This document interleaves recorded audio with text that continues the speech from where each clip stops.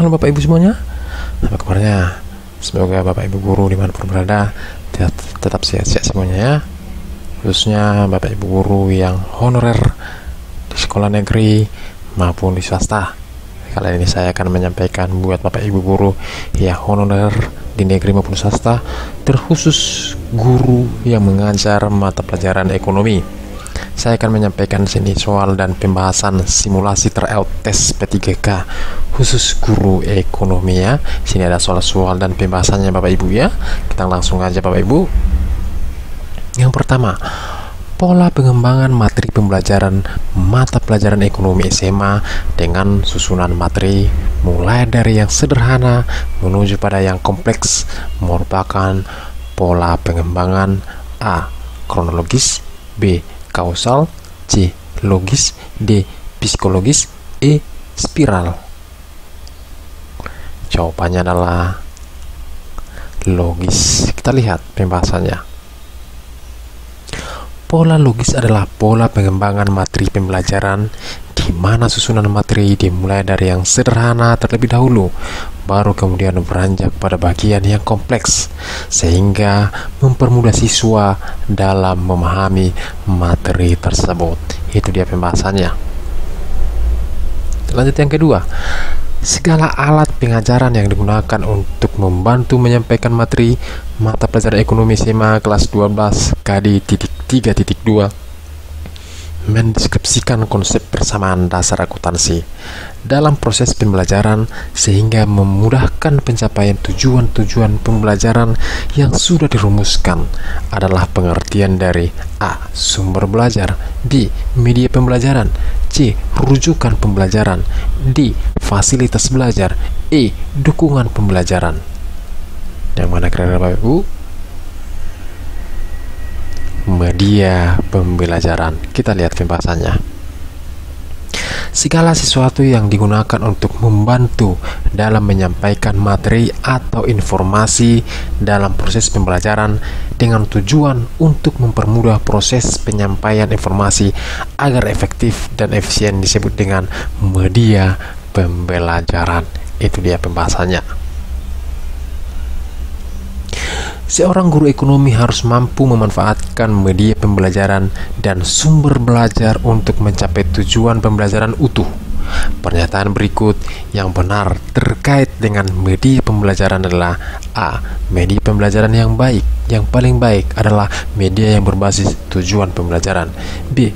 Sebuah media dapat digunakan untuk semua kegiatan pembelajaran. C. Media yang dapat digunakan sebagai pembawa pesan dalam suatu kegiatan pembelajaran. D. Memilih media tidak perlu banyak pertimbangan agar tidak merepotkan. E. Media dapat dibuat dengan mudah dan biaya murah. Jawabannya adalah C. Media dapat digunakan sebagai pembawa pesan dalam suatu kegiatan pembelajaran. Kita lihat pembahasannya. Tujuan utama dari media pembelajaran adalah mempermudah dalam proses penyampaian informasi atau materi pelajaran, sehingga materi pelajaran mudah dipahami oleh siswa. Itu dia pembahasannya. Kita lanjut soal berikutnya. Proses pelibatan dua orang peserta atau lebih untuk berinteraksi, saling bertukar pendapat, dan atau saling mempertahankan pendapat dalam pemecahan masalah sehingga didapat kesepakatan di antara mereka merupakan metode A. Ceramah, B. Diskusi, C. Demonstrasi, D. Rasitasi, E. Tanya jawab. Jawabannya adalah diskusi. Kita lihat pembahasannya Bapak Ibu. Metode diskusi adalah aktivitas dari kelompok siswa berbicara, saling bertukar informasi maupun pendapat tentang sebuah topik atau masalah, di mana setiap anak ingin mencari jawaban atau penyelesaian problem dari segala segi dan kemungkinan yang ada.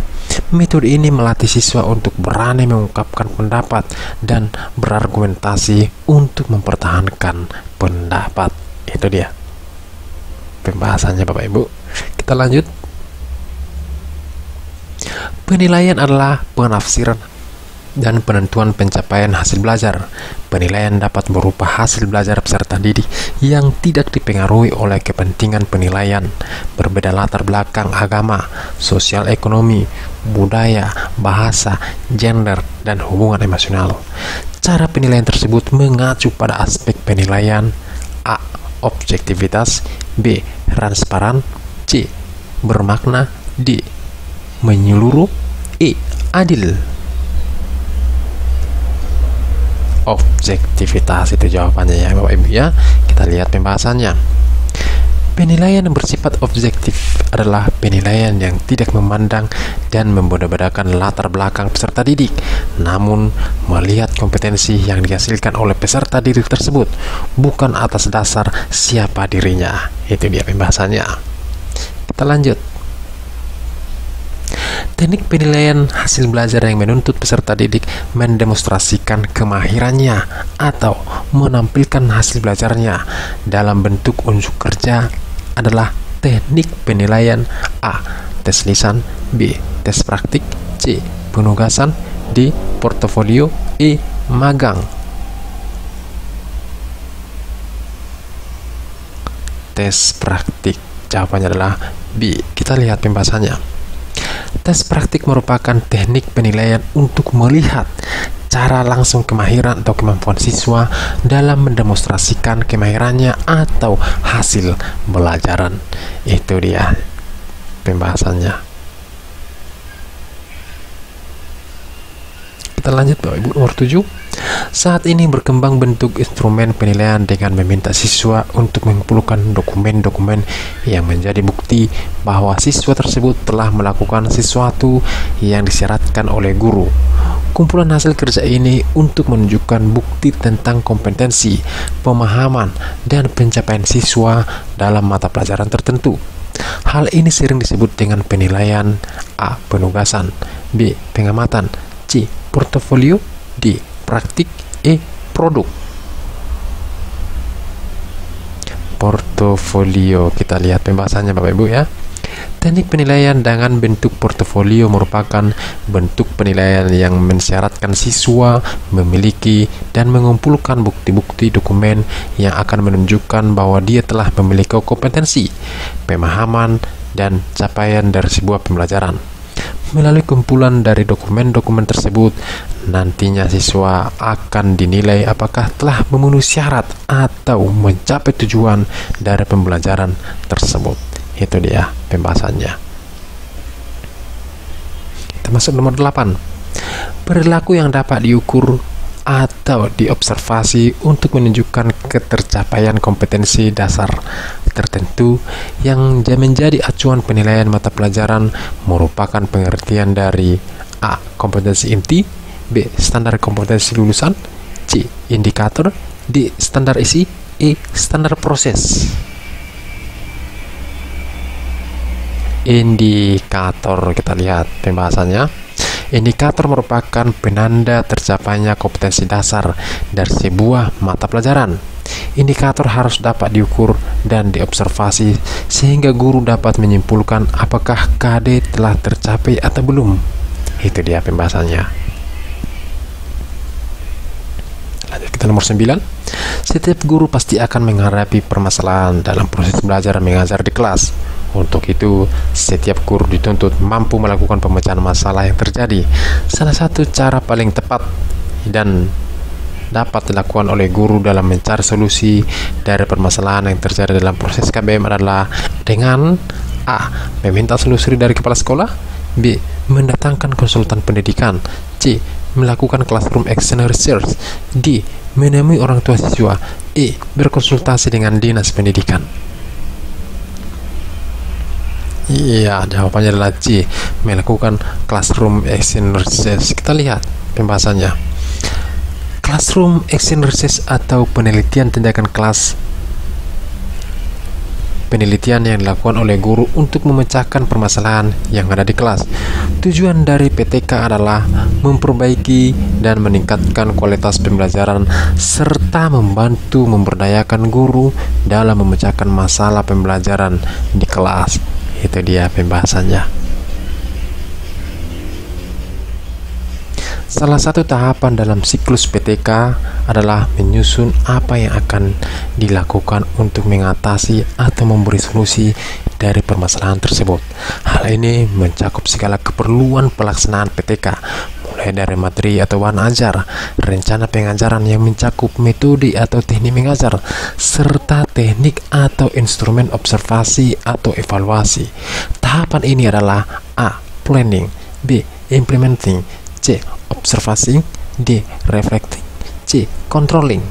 Gimana Bapak Ibu? Planning, kita melihat pembahasannya. Tahapan perencanaan atau planning dalam PTK adalah tahapan pertama yang mencakup semua langkah tindakan secara rinci yang akan dilakukan untuk mengatasi permasalahan. Segala keperluan pelaksanaan PTK, mulai dari materi atau bahan ajar, rencana pengajaran yang mencakup metode atau teknik mengajar, serta teknik atau instrumen observasi atau evaluasi, dipersiapkan dengan matang pada tahap perencanaan ini. Itu dia pembahasannya. Kita lanjut.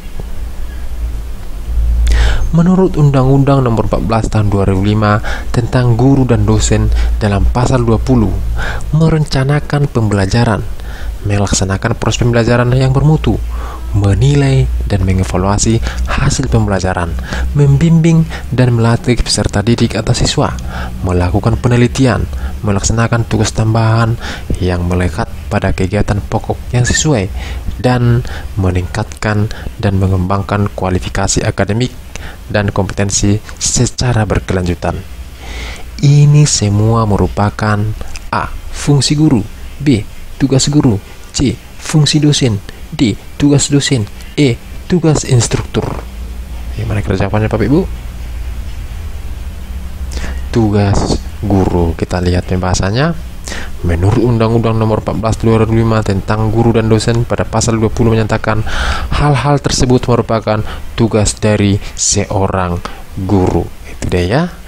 Oke, jangan lupa Bapak Ibu ya, nomor 14 tahun 2005 ya. Kita lanjut.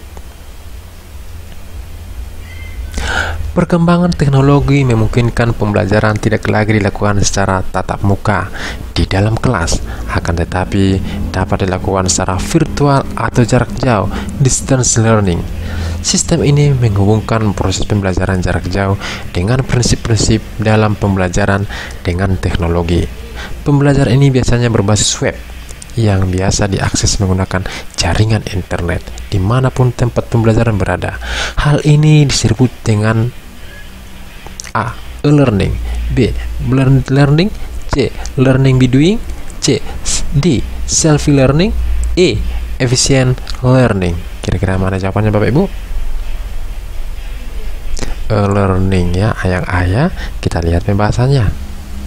E-learning adalah sistem pembelajaran yang memanfaatkan teknologi informasi dalam proses belajar mengajar dan digabungkan dengan sistem pembelajaran jarak jauh atau non-face-to-face learning yang bisa diakses dengan menggunakan jaringan internet di mana saja berada. Itu dia pembahasannya. Kita lihat nomor 13. Kegiatan memproses informasi yang sudah dikumpulkan baik dari eksperimen maupun hasil dari kegiatan mengamati yang kemudian dilanjutkan dengan kegiatan menemukan keterkaitan satu informasi dengan informasi lainnya dan menyimpulkan pola dari keterkaitan informasi tersebut, merupakan salah satu bagian dari langkah pembelajaran saintifik, yaitu A. Mengamati, B. Menanya, C. Mengumpulkan informasi, D. Mengasosiasikan, E. Mengkomunikasikan. Iya, jawabannya adalah di mengasosiasikan. Kita lihat pembahasannya Bapak Ibu. Mengasosiasikan dalam langkah pembelajaran saintifik merupakan kegiatan mengolah informasi yang sudah dikumpulkan dan kemudian menemukan kaitan antar informasi tersebut serta membuat kesimpulan dari informasi yang telah dikumpulkan sebelumnya. Itu dia pembahasannya. Kita lanjut. Selain dari pajak, sumber penerimaan negara dapat berasal dari kecuali A. Keuntungan perusahaan negara atau BUMN, B. Pinjaman, C. Denda-denda, D. Pendapatan perseorangan, E. Hibah. Jawabannya adalah D, pendapatan perseorangan. Kita lihat pembahasannya. Sumber-sumber penerimaan negara di luar pajak adalah: yang pertama, keuntungan perusahaan negara atau BUMN; 2, sumbangan masyarakat; 3, pinjaman luar negeri; 4, hibah; D, 5, denda-denda; 6, undian. Itu dia sumber penerimaan negara ya Bapak Ibu ya. Jumlah angkatan kerja yang besar tidak dibarengi dengan kualitas SDM yang memadai. Hal tersebut ditandai dengan bahwa sebagian besar dari pengangguran adalah lulusan SMK yang belum siap memasuki dunia kerja. Untuk mengatasi kesenjangan tersebut, perlu dilakukan usaha meningkatkan kualitas SDM dengan cara: A, meningkatkan fasilitas teknologi yang lebih modern; B, memperbanyak proyek padat karya dan padat modal; C, mengirim karyawan dan mengajar bekerja di luar negeri; D, meningkatkan upah atau gaji; E, penyelenggaraan berbagai latihan kerja dan sertifikasi profesi. Kita lihat jawabannya Bapak Ibu. Jawabannya adalah E, penyelenggaraan berbagai latihan kerja dan sertifikasi profesi. Kita lihat pembahasannya. Yang dibutuhkan oleh lulusan SMK adalah kompetensi yang sesuai dengan dunia kerja. Oleh karena itu, pelatihan dan uji sertifikasi profesi dapat memenuhi kebutuhan para lulusan SMK. Itu dia pembahasannya ya Bapak Ibu. Kita lanjut. Kebijakan pemerintah untuk membatasi jumlah barang yang diimpor merupakan kebijakan: A, tarif; B, dumping; C, proteksi; D, kuota; E, fiskal. Dan mana kira-kira Bapak Ibu? Kuota. Kita lihat pembahasannya. Kebijakan tersebut dikenal dengan sebagai kebijakan kuota. Kebijakan kuota adalah kebijakan pemerintah untuk mengatasi jumlah barang yang diperdagangkan. Ada 3 macam kuota, yaitu kuota impor, kuota produksi, dan kuota ekspor. Itu dia pembahasannya. Bidang akuntansi yang kegiatannya bertujuan untuk menghasilkan informasi keuangan untuk pihak luar perusahaan, misalnya pemilik perusahaan, bank, atau kreditor yang lain, pemerintah, investor, pelanggan, pemasok, adalah fungsi dari bidang A, akuntansi manajemen; B, akuntansi keuangan; C, akuntansi biaya; D, akuntansi penganggaran; E, akuntansi perpajakan. Jawabannya adalah akuntansi keuangan. Kita lihat pembahasannya. Tujuan utama dari akuntansi keuangan adalah untuk memberikan informasi keuangan sebuah perusahaan kepada para stakeholder atau pihak-pihak yang berkepentingan sebagai dasar pengambilan keputusan. Itu dia pembahasannya. Perusahaan yang bergerak di bidang pembelian barang dengan produk jadi atau finished goods dan menjual kembali tanpa mengubah bentuk dengan tujuan untuk memperoleh keuntungan atau laba adalah perusahaan: A, perusahaan jasa; B, perusahaan dagang; C, perusahaan manufaktur; D, perusahaan terbuka; E, perusahaan tertutup. Perusahaan dagang. Kita lihat pembahasannya. Perusahaan dagang adalah perusahaan yang kegiatan utamanya membeli dan menjual barang dagangan tanpa merubah bentuk dari barang dagangan tersebut. Secara umum, perusahaan dagang adalah perusahaan yang kegiatan utamanya membeli, menyimpan, dan menjual kembali barang dagangan tanpa memberikan nilai tambah terhadapnya. Nilai tambah berupa mengolah atau mengubah bentuk atau sifat barang sedemikian rupa sehingga mempunyai nilai jual yang tinggi.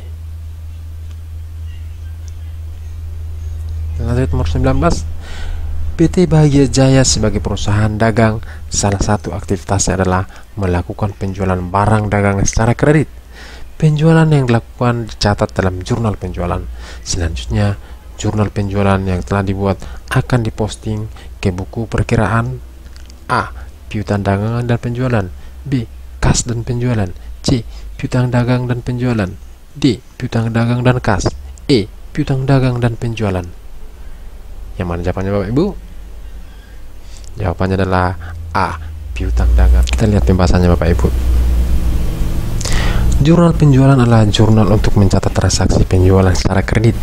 Rekening yang muncul adalah piutang dagang dan penjualan.